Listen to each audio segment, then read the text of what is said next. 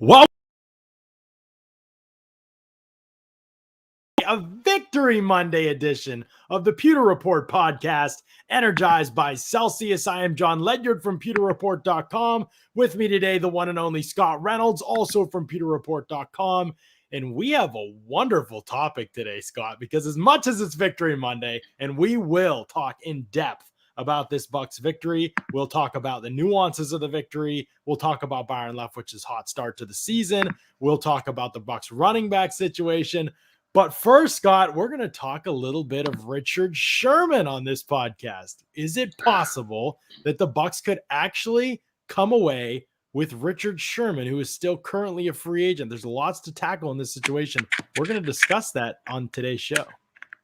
Yeah, I think there is some possibility that he comes aboard. The Bucs aren't ruling it out for sure, and we even heard Bruce Arians today, when asked about it, suggest that they've had conversations, or at least he admitted that, and that they'll see where it goes. I do think that when you look at the Buccaneers, they've made some big season additions before. Sometimes they'll make a trade for Steve McClendon. Sometimes they'll add a Ross Cockrell. Some lesser name players for depth. But then you've got a Antonio Brown situation that happened last November, John, and that's a big name. That's someone who could come in and help them. And Richard Sherman is a player that certainly fits what the Bucs are looking for in terms of size. They like big corners, and he's about one of the biggest ones that's out there. I mean, Optimus Prime, we're talking about 6'3", 195 pounds. Yeah. The detriment, though, with Sherman is 33 years of age. How much money is he going to want?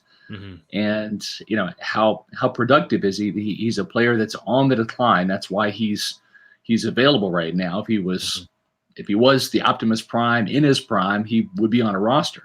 But when you look at the fact that he was with the 49ers, played 5 games last year, how much gas does he have left in the tank? Is he a player that could come in and help this team with Sean Murphy-Bunting being out? I like what I was playing the nickel quite a bit yesterday, and I like that matchup going against Cooper Kupp, who is that slot receiver for the Rams, probably the best slot receiver, not named Chris Godwin, in the NFL right now. I like that matchup better than I do Ross Cockrell. Yeah, there's a lot of layers to this, including the schematic fit. Does Sherman have legs left? We'll tackle and talk about the off-field fit. What kind of role would he play if it happens? Again, this is all speculation at this point. Richard Sherman hasn't signed anywhere. The Bucs signed Pierre Desir, but Arians' comments today really left the door open, Scott, and that's why I kind of went back to his comments and I wrote an article about it, and I was like, man, I actually think there's real legs here. Like, I think the Bucs have shown they're willing to go after vets to help this team. Guys who, some people think maybe they're done or maybe they're closer to being done, but they'll take a discount deal maybe to play and get a chance to win a ring with Brady and co. And maybe that's what's happening here. I don't know if that ends up going down that way. There's also interest from the 49ers and the Seahawks, both of Sherman's former teams. So that could well, but I think there's real legs to it. Not saying that it will happen or even that it's likely to happen, but I think there's real legs to it in the fact that the Bucs are interested in making this a possibility and examining this to see if what Sherman's interest would be, what his price would be. And so I think it's worthy of our time talking about on today's podcast. You know what else is worthy of our time, Scott, on today's podcast? Our friends over at Celsius. Celsius? Yeah, yes. You got the orange. I got the strawberry guava. Celsius powers active lives every day, Scott, with essential functional energy. I love the fact that there's so many different flavors.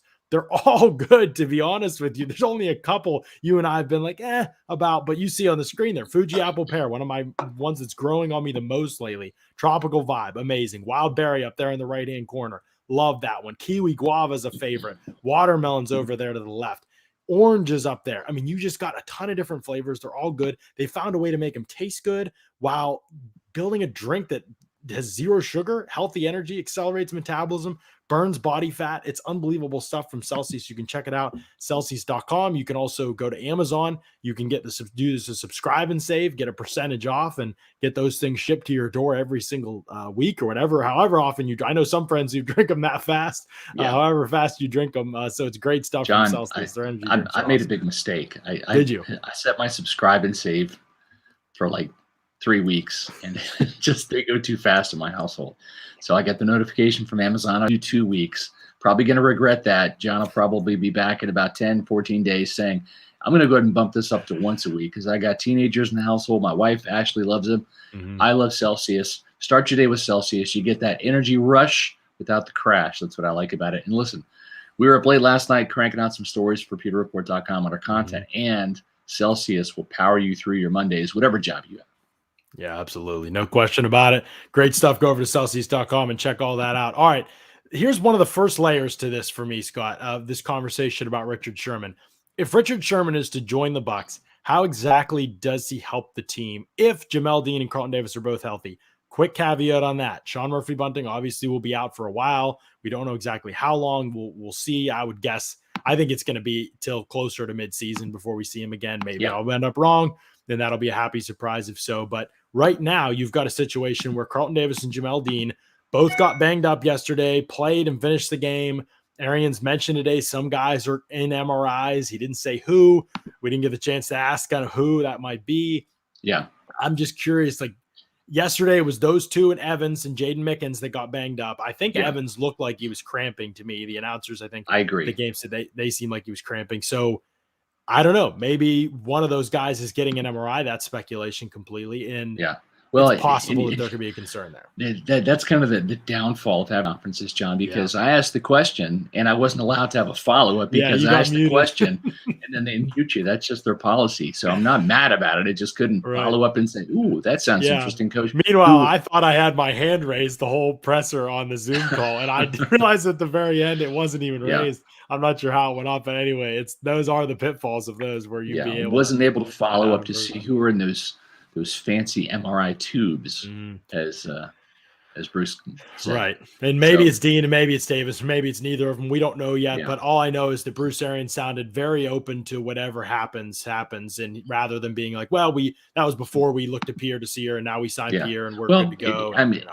Yeah, exactly. And this is exactly what Bruce Arians said. This is the quote, and I quote, Jason's reached out. We got to see what he's got other things going on too. Just a matter of, I coach the ones that we got, and he'll handle the rest of that. We'll kick the tires and some other guys too. We'll talk and we'll see if it's the right fit. It's the right fit, and we'll move on it. So certainly didn't sound like he was closing the door on it. They're open to it. I think that's more likely, John, than the Bucs going out and making a trade for Stephon Gilmore.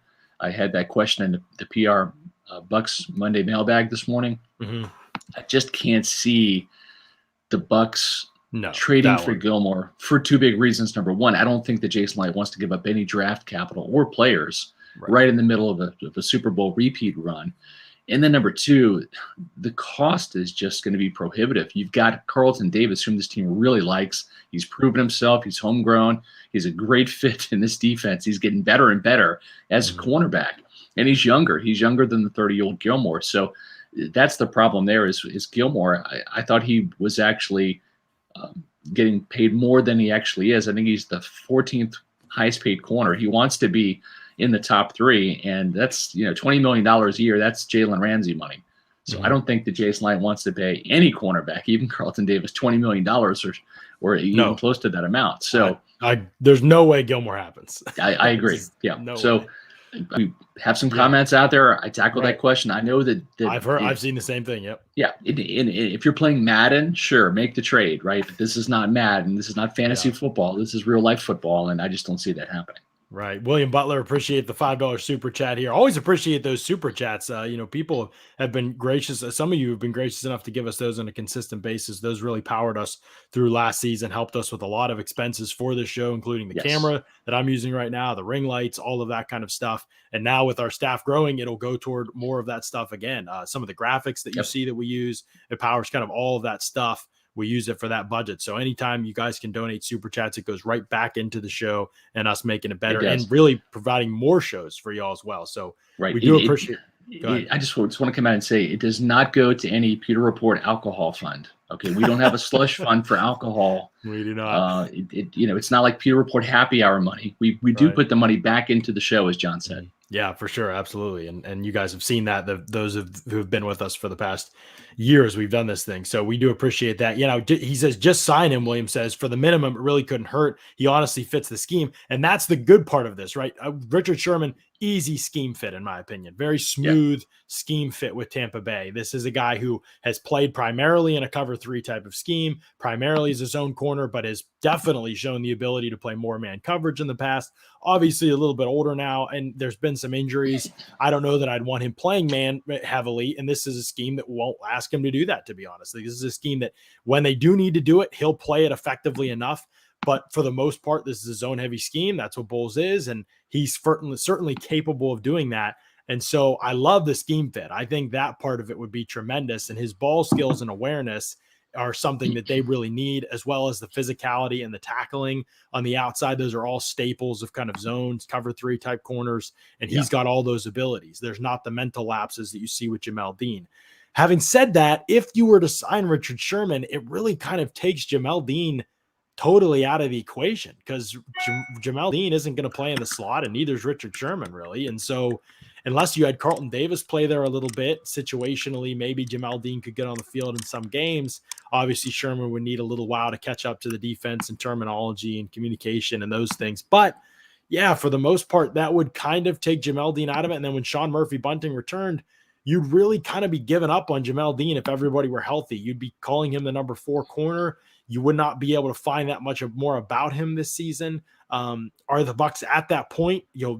Any signing of Richard Sherman would be a direct indictment of Jamel Dean. There's no other way to look at this, Scott, than that. And Jamel Dean played well in week 2. He hardly gave up he did. anything in the play. I asked Bruce Arians that question today. I said, how did Jamel Dean? Didn't play well in the first game against the Cowboys. That's something that Bruce Arians said after the game.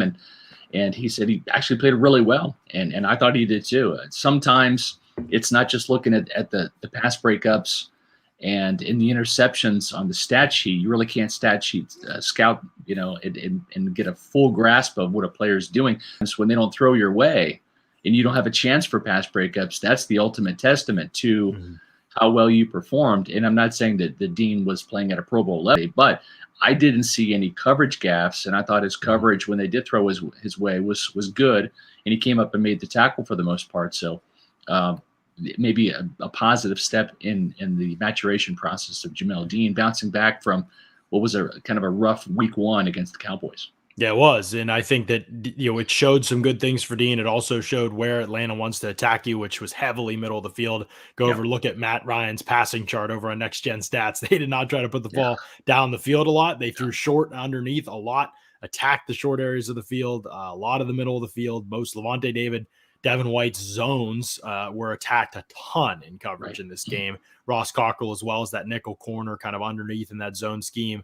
All 3 of those guys were charged with almost all the yards this team surrendered in passing yards. It doesn't mean they weren't doing their job at all times either. Right. It's just that's how the scheme is. You allow those underneath catches, you tackle the catch, and you hope that you can make an impact play.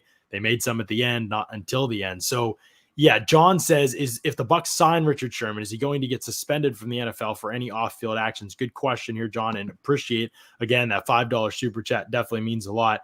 Here's the situation with Richard Sherman for people who don't know, and I won't go into a ton of detail just in terms of trying to keep us on track for this show. But off the field, Sherman still, it's kind of a weird situation. He's been revered for his character for most of his career, really, in terms of leadership on and off the field contributions, all of that kind of stuff. But he was arrested on 5 misdemeanor charges in July. The charges included driving under the influence and second-degree criminal trespassing. He crashed his FUV into a construction zone before trying to bust through the door of a family member's home. There was something going on. Obviously it was under the influence, as the story says there. Police said he didn't physically assault anyone. He pled not guilty to the charges. He pledged to seek help.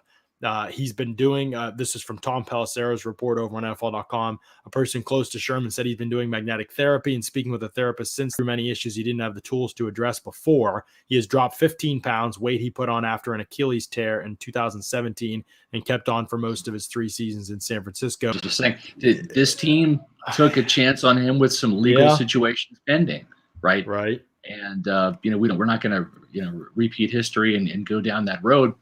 But if anybody wants to Google what those allegations were, they can, right? And this team took a chance. And sometimes you take a chance, and if something happens, that's not to the team's liking, you can always cut the player, especially if you sign a 1-year deal. So, yeah, I don't know that this situation, unless something else comes out, or unless he's found guilty on some of these charges. If the situation's in flux and in limbo, they took on AB with a similar type of instance, different allegations, mind you, but AB's allegations were way worse. So yes, they were. Yes, so that could make it, I think less concerning for sure. My point is, what I'm saying is AB's legal situation was not resolved, and they took that on. So just because this situation with Sherman has not reached a legal conclusion yet, doesn't necessarily mean the Bucs are not in play. So we'll continue to see what happens. And listen, the Bucs are going to get tested. The secondary is going to get tested big time, and it's not just Cooper Kupp. It's Robert Woods. It's the tight ends, the running backs. They've got a lot of ways they can hurt you in the passing game, and we've seen the Rams now in back-to-back years, 2019 and in 2020, light up the Bucs secondary. Pretty good. And Richard Sherman signed this week or not, it's probably not going to help. It's not going to help this week. Right. You're exactly right. So, but maybe down the road it would. I will say this too, Scott. If they did this, it would just represent a really big change, and it may be insignificant, and maybe all the young guys in the secondary would be all for it. But Richard Sherman is a dog. He is a leader. He is outspoken. He is, here we go, come alongside me. He took the culture in San Francisco in that young secondary, which really didn't have a lot of great players and hasn't when he was there, and made that a Super Bowl caliber group because of that leadership and that communication skill that he has.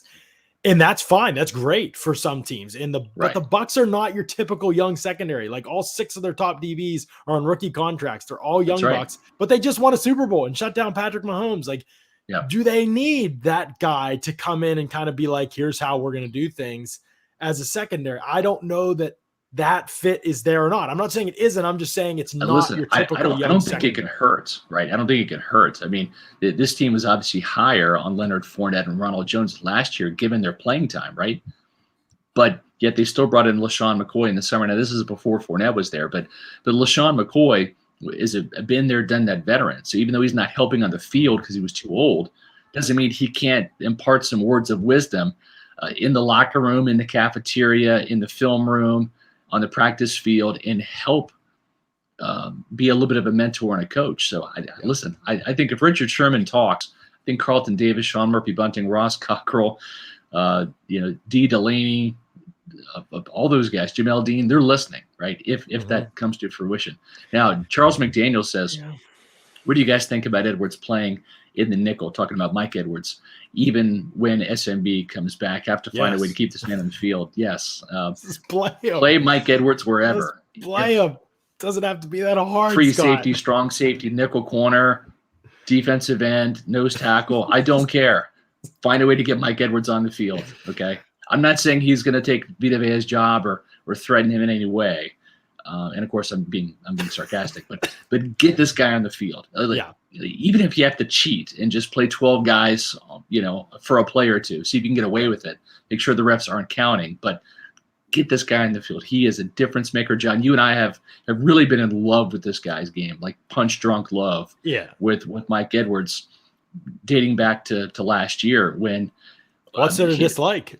He hasn't done anything wrong in forever. Exactly. I mean, go back to week 5, that Packers game, right? It's like Antonio Winfield comes off the field for one play. I guess he got dinged up or winded or whatever. and Mike Edwards goes out there and it makes a huge pick right after Jamel Dean's pick six, and that just turns the table. Yeah. Here's the numbers: 22 games, okay, so counting playoffs since the beginning of last season, his second season. Over that time, he's played just 428 snaps. So yeah, it isn't a big sample size. But guess what? In that time, he has 5 picks. He has a 6th pick called back due to a penalty. He's broken up 11 passes. He's only been on the field for 428 snaps. Not all those have even been pass plays. He's averaging an interception like every 71 snaps over 22 games. You have to play him more. Like some things are not that hard, and this is not that hard. You need to play him. Like, you do not have a secondary with 4 Pro Bowlers in it. You have a good young group, and he's a part of that, and he has to see the field. Keeping him off the field with his production and his talent in his communication skills. Also, what did they want to improve? Improve your tackling. He's improved his tackling. Yes. Just 4 missed tackles last year in those 20 games that he played in. He was a standout in that area. He was on special teams, and he was a standout in that area. He's not missing tackles like he used to miss them. He makes tons of plays on the ball. These aren't lucky interceptions. His pass deflections have been a huge part of the Bucs' success. Yeah. He's had some of the biggest pass breakups in the last year plus now for the Bucs. You have to get him on the field more. It's just not a hard situation. You have no clear-cut nickel. You don't have a clear-cut nickel when Sean Murphy-Bunting comes back. Now you do. His name is Mike Edwards. Play him there. You're a zone-heavy team. It doesn't matter if you have a safety in the nickel most of the time if you're a zone-heavy team. Play him there. Let him thrive. Let him make plays underneath on the ball, because if you want to get off the field and you're this defense, you need somebody who can make plays on the ball in the short areas of the field. Yeah. No, I agree with everything you said. You're preaching to the choir. I mean, get this guy in the field any way, shape, or form. And I like him in the slot. Again, we talked about it, I think, before the game. Ross Cockrell is okay in short and underneath the stuff. Now, he didn't look great giving up the slant touchdown on 4th and goal, 4th and goal from the 3-yard line to Calvin Ridley. But the problem is with Ross Cockrell is he doesn't have the speed, the short area quickness. So once you get past 15 yards, and the Rams will go vertical. They do have that vertical ability now with Matthew Stafford that they really didn't with Jared Goff. That's where the separation begins from the cornerback and the wide receiver. That's where you saw Amari Cooper kind of pull away from Ross Cockrell in week 1. Right. And I think that Mike Edwards has got a little bit more deep speed. He's used to being back there playing free safety center field. So I think he's a better athlete, and I'd like to see him continue in this nickel role. Call it 3 safeties, whatever you want. Call him nickel corner. He's getting the job done, and until he doesn't, I want to see him out there.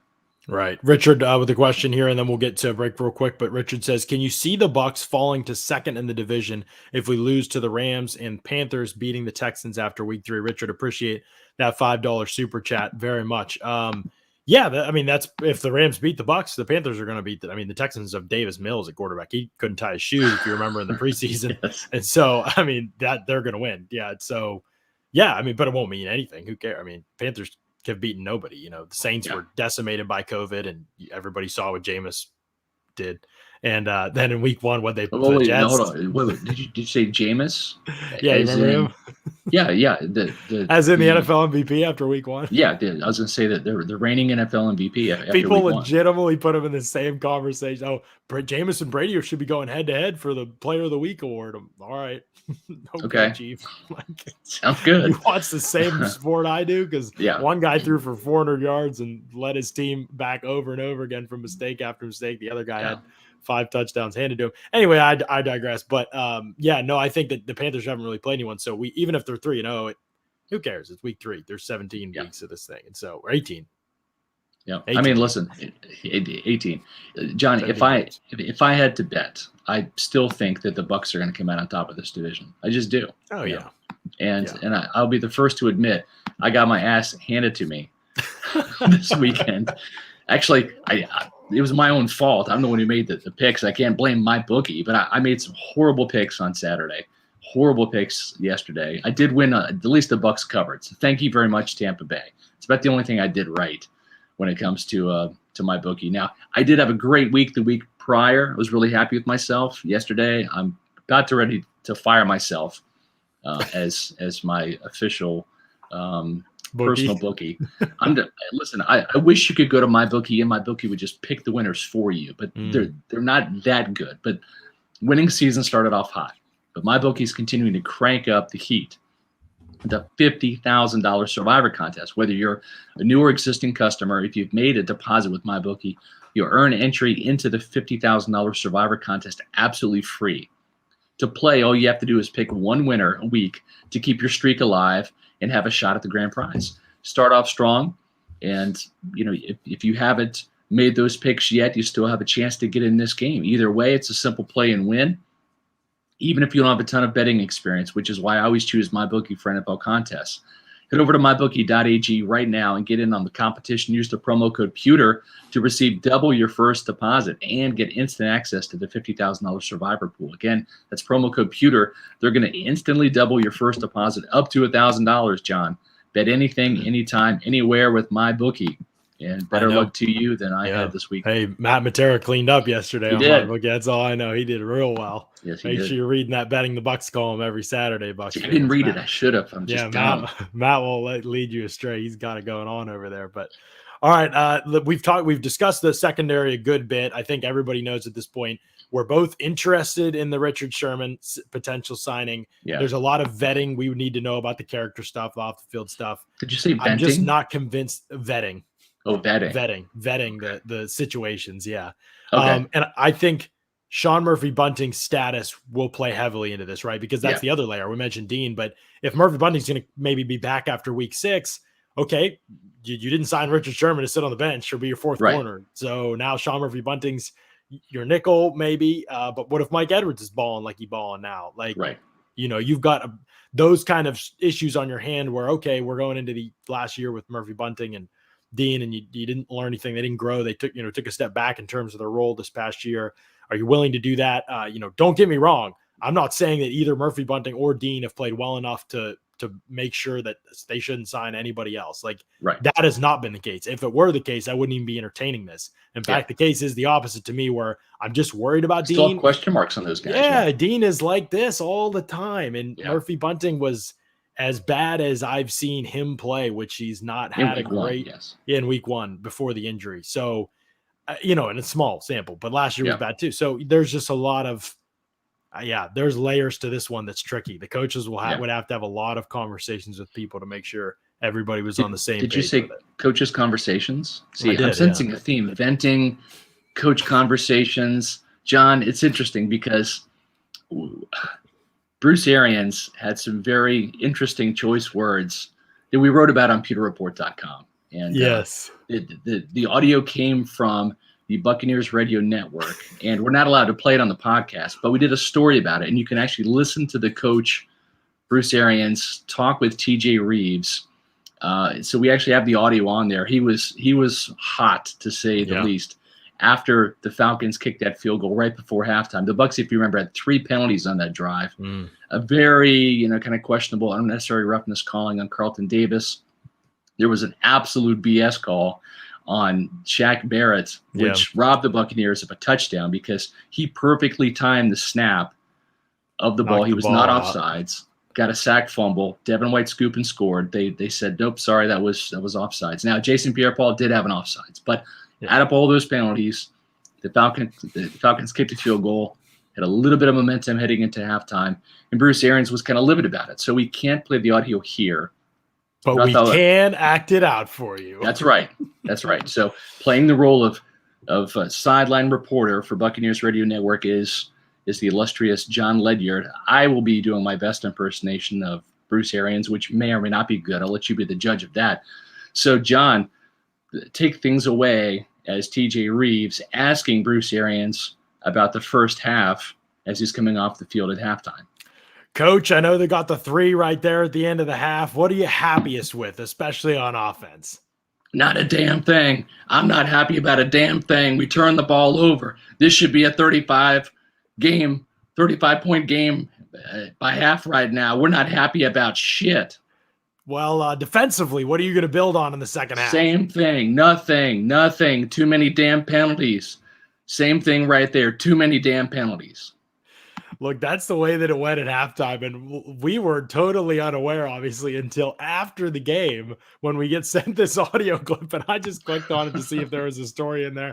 And I was like, what the heck like is this? And I'm going to listen to all of those from now on when they said, just to see if he goes crazy at every halftime. I would have loved to hear the Cowboys one. Maybe I'll go back and see what he said. But no, Arians never spares any words, and after the game, he was more subdued. But at the same time, the message is because they won. Because they won.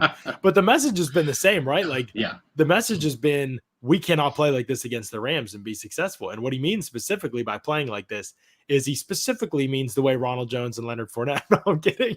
But like, I'm serious. Like, come on. Like, these guys are literally trying to kill this team. They tried to kill them all last regular season, and you thought there's no way they could do this again. They've actually one-upped themselves from last year. Like, and the funniest thing, Scott, is that they're going back to back with it. Last week, in week 1, you had the fumble by Ronald Jones. The very next offensive play, you have the drop turn interception by Leonard Fournette. And you're like, this can't be real. This has to be like a joke. This is like perfect content. But at the same time, this is just too funny. Then this past week, Leonard Fournette comes out, fumbles. Luckily, Chris Godwin, as you pointed out yesterday in the show, makes a heroic play to knock the ball out of bounds while he's trying to recover it.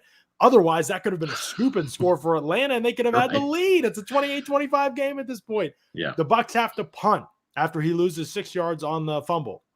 The Bucs punt the ball away. The very next drive, they come out with Ronald Jones. Probably Arians was a little bit like, all right, Leonard Fournette, get him out. Like, he just fumbled. He's not protecting the ball.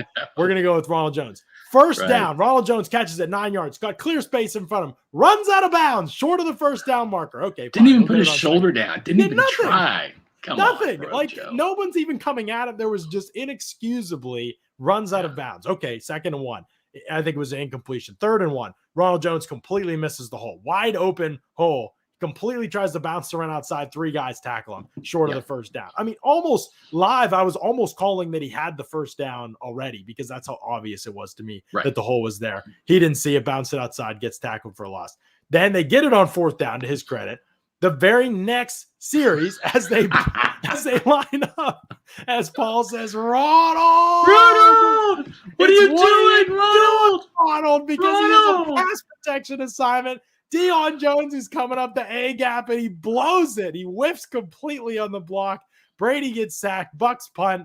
Luckily, they survived it. The defense made a huge stand. Joaquin Nunez-Roche's tackle for loss bailed out a lot of people. But it is unbelievable that 2 running backs can derail this whole group. Like, they're like secret agents, Scott. It's every single week. And it just blows my mind that this is still happening. Why Giovanni Bernard sits on the bench doing nothing. Giovanni Bernard is sitting on the bench going, what the hell did I do? What did I do to either Todd One McNair, of the highest character, most reliable, Bruce Arians, smartest, greatest pass Byron receivers. Leftwich? Did I piss off Tom? Unbelievable in pass pro. Like, did I make Tom angry in practice? What am I not doing right? I don't know. I came down here and I thought it was going to be the 3rd down back. And every time Bruce Arians talks about 3rd down, he says, I'm the 3rd down back.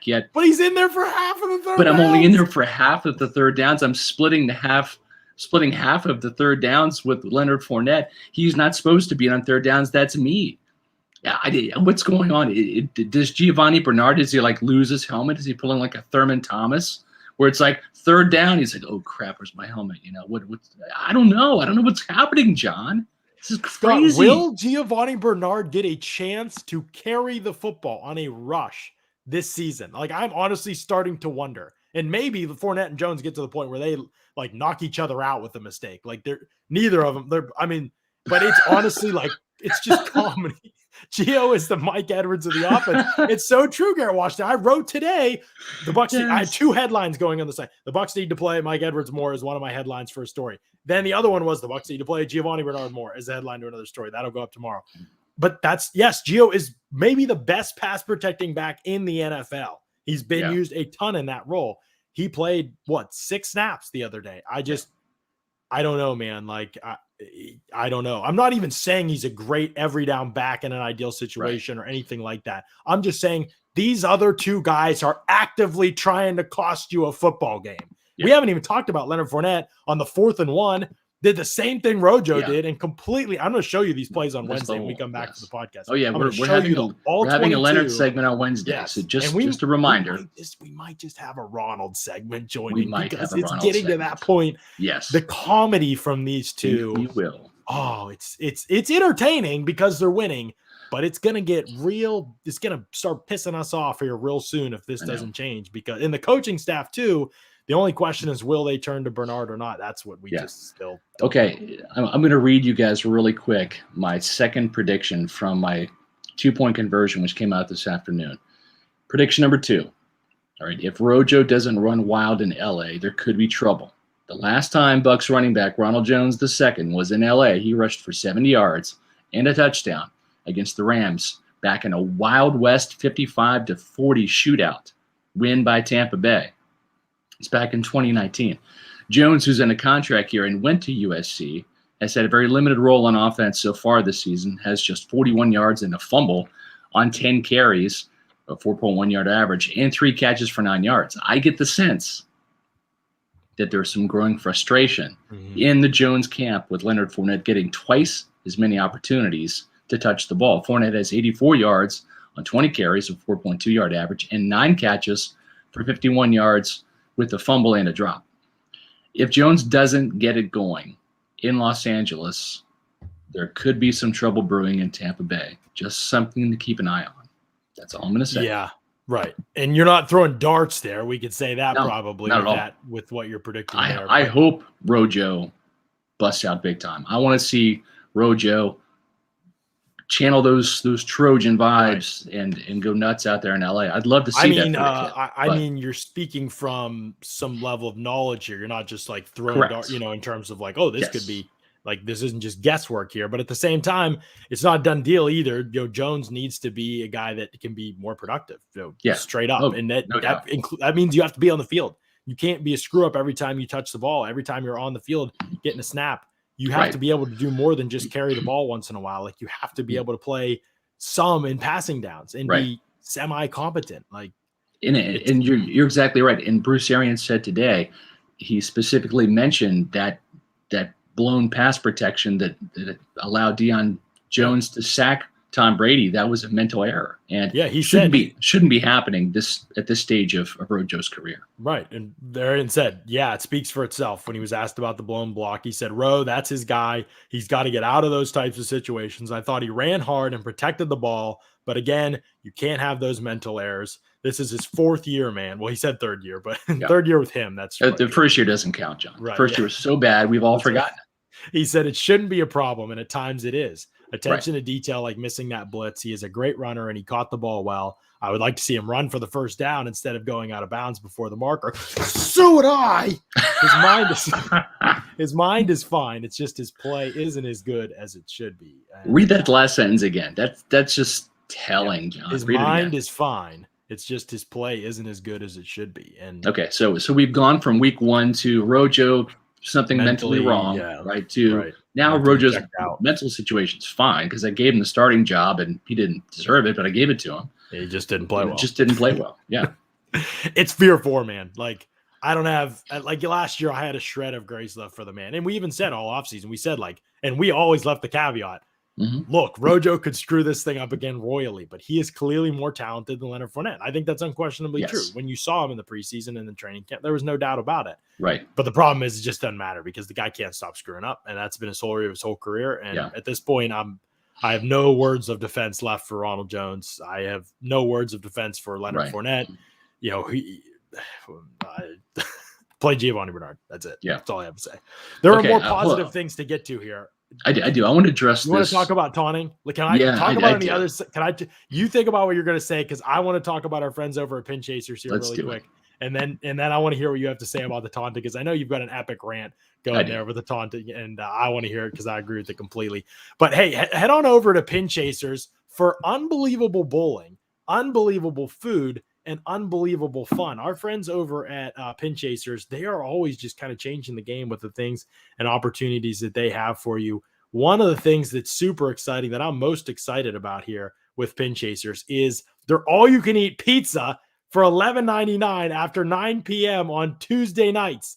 So that's tomorrow night. It's the Pizza Yep. Bowl. All you can eat pizza for $11.99 after 9 p.m. And then Thursday night, they have unlimited bowling after 9 p.m., including $1 Miller Lights. It's a family-friendly place that is a great spot for your whole group to enjoy a fun afternoon or evening. They're a family-owned business. They've been around for 60 years. And on top of that, they're huge Bucs fans. And if you're hungry while you're there, the 10-Pin Grill has some great food that includes burgers, sandwiches, fries, quesadillas, and salads for healthier options, plus breakfast foods that you can have at any time. Any time of the day, breakfast foods are one of the greatest things that God has ever given us. Thank God for you, Pin Chasers. They have 3 locations in East Pasco, on Hillsborough Avenue, and right down the road from the Bucs facility on North Armenia Avenue. To reserve a lane or book a party, head on over to pinchasers.net. And we're happy to announce that the Pewter Report Bowling League is starting again on Monday, October 11th. So make sure you sign up on our Google Doc sheet. You can find it over on the Pewter Report Twitter account. Sign up on that Google Doc sheet. If you don't have access to Twitter for whatever reason and you want access to sign up on that sheet, email me, jon@pewterreport.com. I'll make sure Matt knows as he's coordinating that, and he can get you signed up on there for the Pewter Report Bowling League. Again, that starts Monday, October 11th. So really fun stuff with Pin Chasers, and we're looking forward to getting that bowling league up and running again. Okay, Scott, you've got this taunting penalty on Mike Edwards, and taunting has been one of the themes of the day in the NFL world, and it is some BS, isn't it? It is. It's so stupid. I've already called out the NFL for sissifying the game of football, right? Mm-hmm. And we've already talked about Carlton Davis. He made a football play, and it's to the point where, like, you can't hurt the quarterback or even touch the quarterback anymore without roughing the passer called. And it's the point now where you can't hit a receiver until they catch the ball. You have to let them catch the ball, John. You can't hit them beforehand. They've got to catch the ball first. And then you can make a tackle as long as it's not too hard, right? Carlton Davis, sorry, you were too hard of a hitter.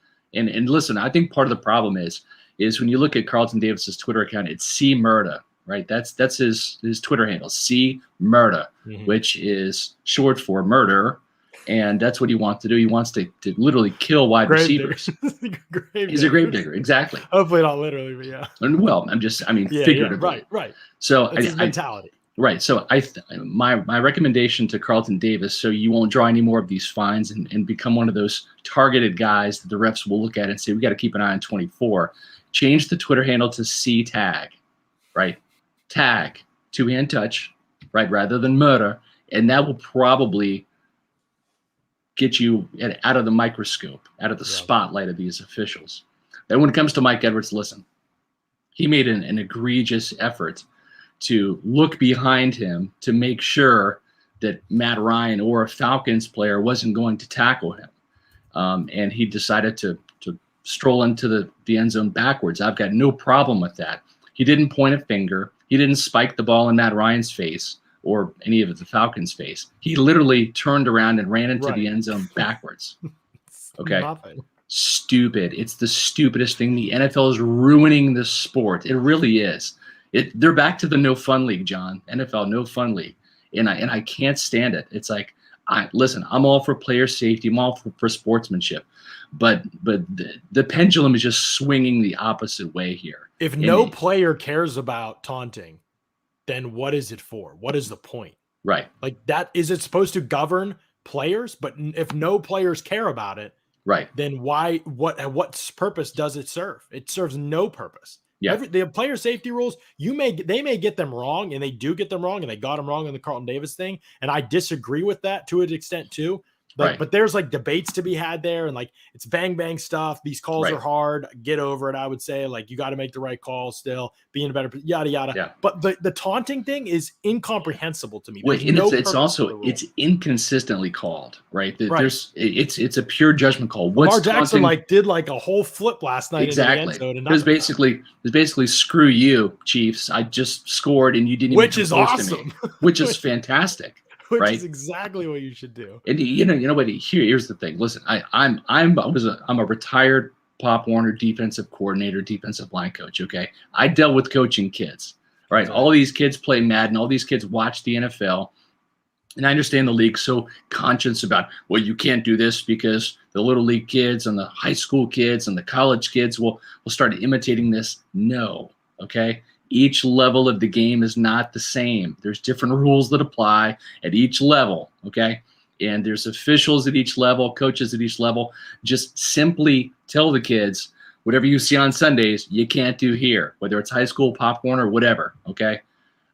It's that simple. It's not the NFL's job to worry about Pop Warner kids or high school kids or college football. Worry about yourself. Fix your own product, because right now, honestly, the game itself is good. The officiating is awful. Fix that. Yeah, right. And guess what? The NFL, it's the luxury they have, is that knowing that we're going to watch anyway. And yeah, we will. And I get it. The ratings and the TV deals and everything are going to be better than ever. But hey, listen, to have a little pride in it and make this thing better and do it better for the players and for the fans. That's what we all want to see. By the way, when you mentioned Carlton Davis's Twitter handle not having the last R and being murder instead of murder, it made me think of that Office quote when Dwight says R is among one of the most menacing sounds. That's why they call it murder, not muck duck. That's one of my favorite Office scenes, and Carl Davis is a big believer in that. He should change it to muck duck, and maybe the league won't know what he's doing. They won't be able to find him. All right, let's tackle the last part of what I wanted to talk about today. We've ranted on some things. Now let's end this with a note of positivity. Okay. I think Byron Leftwich is killing it to start the season. He could flop against the Rams, no question. And so could the rest. There could be those issues that creep up throughout the season. It's a long season. Right. You are never 100% happy with an offensive coordinator throughout a 17-game season. It's just not going to happen. Yeah. But through 2 weeks, he has excelled for Tampa Bay, attacking what defenses are giving him, not forcing the deep ball. Tom Brady last year, 91 deep ball attempts, 20-plus air yards or more. That means 91 of those. He was 13 attempts ahead of the next closest quarterback last year. Yeah. 13 attempts. Nobody was even close to Tom Brady last year in terms of throwing the ball down the field. This year, they are still keeping the deep balls in what they do. They're still an aggressive downfield passing team. They are tied for fourth most deep ball attempts, which a bunch of other quarterbacks, there's a bunch of other quarterbacks. They have 12 this year. There's three quarterbacks, I think, tied for first with 13 deep ball attempts. So they're right in that collection. They're not way ahead of the pack. They're right there, respectively, near the top of the leaders. Brady has been on the money with 6 of these 12 throws, that 50% adjusted completion percentage, because one of these was dropped. The Godwin one in week 1 down by the 5-yard line against the Cowboys was dropped. Brady has a 93.9 Pro Football Focus grade on 20-plus air yard passes or more. Whether you think of PFF grades or not, here's the bottom line. Brady's been cash money on the deep ball again this year, which is what we expected. But there's more variance in the types of throw Brady has to make. There's more ways that they're finding throws down the field as well. Brady is 35% play action, 35% in week 2 against Atlanta. Terrific stuff. 14 play action dropbacks for Tom Brady in that game. And they started right out of the gate, so it wasn't necessarily run game reliant. The first play of the game was a play action 20-plus yard throw to Mike Evans. They're plus 2.9 yards per attempt on play action passes. That's a really good sign. Not only are they doing play action more as of week 2, not only are they running at a higher percentage, but they're also being highly productive on play action opportunities, even in comparison to regular dropbacks, which have been very, very productive for the Bucs so far this season in the passing game. So outside of drops and a couple blown protections, everything the Bucs have wanted to do in the passing game has been there this season so far. Really, it has been no doubt all at their disposal. Yeah, I mean, well, John, when you've got a quarterback who's on pace to throw for 76 touchdowns this year, I mean, yeah, it's working pretty well. See, that's the funny thing, and I'm going to throw this comment up there, and I'm not throwing shade at Elliott. You're welcome to your opinion. It really says a lot about how good this team is that they're 2-0, and most of the podcast is negative. Well, a lot of it was negative against the officials, right? And yes, we've been negative about the running backs because they can play better. And I think that everything on this show that you're hearing is constructive criticism. It really is. Right. It's not like we have it in for any players or anything like that. We don't. And yesterday's podcast, we covered a ton of the positive right after the win. There's no doubt. And we come back and we got the few things we want corrected on Monday. But go back and listen to the Bucs' own words. Bruce Arians, Chris Godwin, Mike Evans, Tom Brady. Yep. They left points out there. They can play better. They're not playing to their potential. And yet they're still putting 45 points on the board, 34 of which was on the offensive side. So they're still doing an awful lot right, and they're not even close to playing their best football right now. That's scary, and it's scary good, John. That's a very good thing. But just like any coach, player, or NFL reporter, beat writers like you and I are covering this team, we want to see this team play its best football. Everybody, you Buccaneer fans out there in Pewter Nation watching, the players, everybody at the Advent Health Training Center, they want to see the best product out there on the field. They want a perfect 60 minutes. That's what you play the game for. You want every play to work, offensively and defensively, and you're always chasing perfection. And right now the Buccaneers are 2-0. They've played far from perfect, but at the same time, I mean, they've kind of had their way with both the Cowboys, and that should have been 38-17, something like that, if the Bucs didn't have those turnovers. Right. They're playing well enough to win, and winning convincingly against the Falcons yesterday. But yet, what would you grade them? Maybe 85%, 80%, something like that. You know? Yeah, I mean, offensively, they're very close to being. I mean, but they put up 35 points the other day. You know, and they had like they were awesome against Atlanta offensively. Yeah, it wasn't all perfect, and there's definitely another level they can get to, no question about that. But the defense is on the field for a ton of the game. That's just reality. The offense, they got outpossessed again by like 7 minutes, I think, by Atlanta. And that doesn't matter at all if you're making the most of your possessions. It's an overrated stat, in my opinion. But the problem is you only have so many opportunities if the other team's going to hold the ball as long as Atlanta and Dallas have. So great point, Ted. Got to get off the field. Point. Ted here. Remember last year's play calls: a first down, run up the middle, second down, run up the middle, third down pass. We've come a long way. Yeah, staying out of third down is an emphasis of Byron Leftwich, which I am so pumped about. That is just huge, and I think Brady has reinforced that too. He's talked about that throughout his career. Those guys are very much on the same page with that. That has led to them being more aggressive on first down this season than last season. In this past game, 17 passes on first down to 8 runs on first down. That's really the kind of distribution that you want to see. Leftwich came out and he said, we're going to be aggressive early. We're going to try and put these guys away early. And if not for the penalty on Jensen, the strip sack allowed by Donovan Smith, they probably would have done that, put him away really early in this game. And I love the mentality that he came out with. Players need to execute a little bit better. I think Chris Godwin needs to stop dropping the football. He's played really, really well in some ways. His last touchdown catch of the game was a great play, great catch on a perfect throw from Brady. He can play better, no question in my mind. I think Tristan Wirfs and Donovan Smith can both play better. The interior three has been great for Tampa Bay. I think Antonio Brown's been really good when he's had his opportunities. He didn't play very much in this past game because the Bucs used a lot more 2 tight ends and even some jumbo. Josh Wells played 8 snaps. I hadn't realized that, although some of those were the kneel down, I think. But Blaine Gabbert got in the game, John. Blaine Gabbert got in the game. It would be remiss if we didn't talk about Blaine. I think Blaine was perfect. I want to see his PFF rating. I think he had a perfect game. I think the last 3 or 4 games Blaine Gabbert's entered, the Bucs have won. So no surprise there. That's a phenomenal statistic. Probably need to work Blaine in more than is what you're saying, John. Right. Yeah, for sure. 2 quarterback system, I think, is what this past game is calling for. But no, I think those guys can play better. Evans has been good. Brown has been good. We haven't seen a catch from Scotty Miller yet this season. The running backs can be better, but those individuals just need to play better, I think. And most of them will. The running backs, I have no idea what's going to happen. But Wirfs is going to play better. Smith gets better as the year goes on every year. Those guys, Godwin is going to be fine. So it's just about continuing to work in that direction. And I think this unit just has, because schematically the answers are there more than they've been in the past, I feel really good about their trajectory. The Rams present a totally unique and different challenge, not only because of the way that they defend and the play defense, but we are talking about 2 of the best defensive players in the league. And Jalen Ramsey and Aaron Donald, you could say the 2 best defensive players in the league. At their positions, At their positions, at least. Yeah, I mean, definitely number ones at their positions. I don't know how many would even debate that.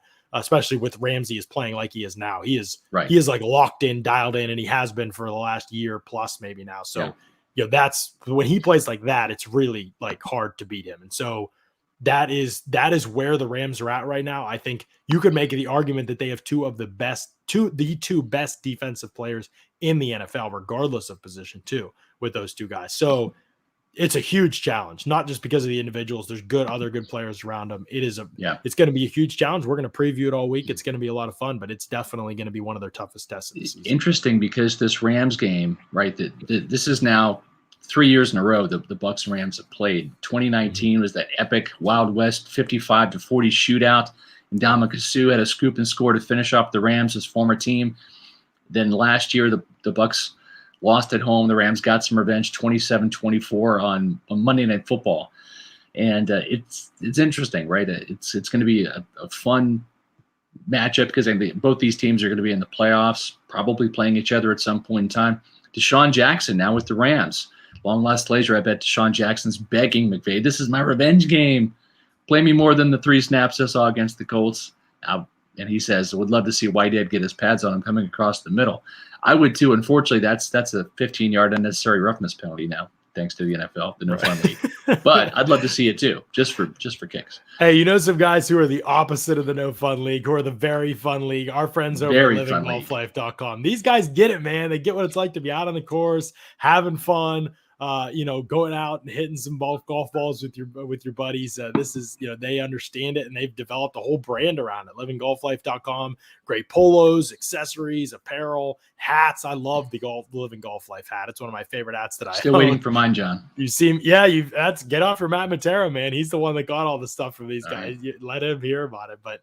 These guys have some great stuff. Maybe I should just stop complaining and go to livinggolflife.com and buy one, right, John? Exactly. Go over to livinggolflife.com, buy one of these hats, buy a polo, nice and comfy. They just got a great brand going on, and they're great guys, military background, who kind of get it and have kind of developed this whole kind of brand about golf life and what it means to be out on the course and having fun and everything like that. And so definitely check out their site, livinggolflife.com. Check out all they have to offer. Make yourself great gifts to ask for yourself as well from our friends over at livinggolflife.com. Okay, so we've got we're coming up this week. Tuesday, we're back on Tuesday we're off on the podcast. We are going to catch our breath momentarily, keep producing you amazing written content for you.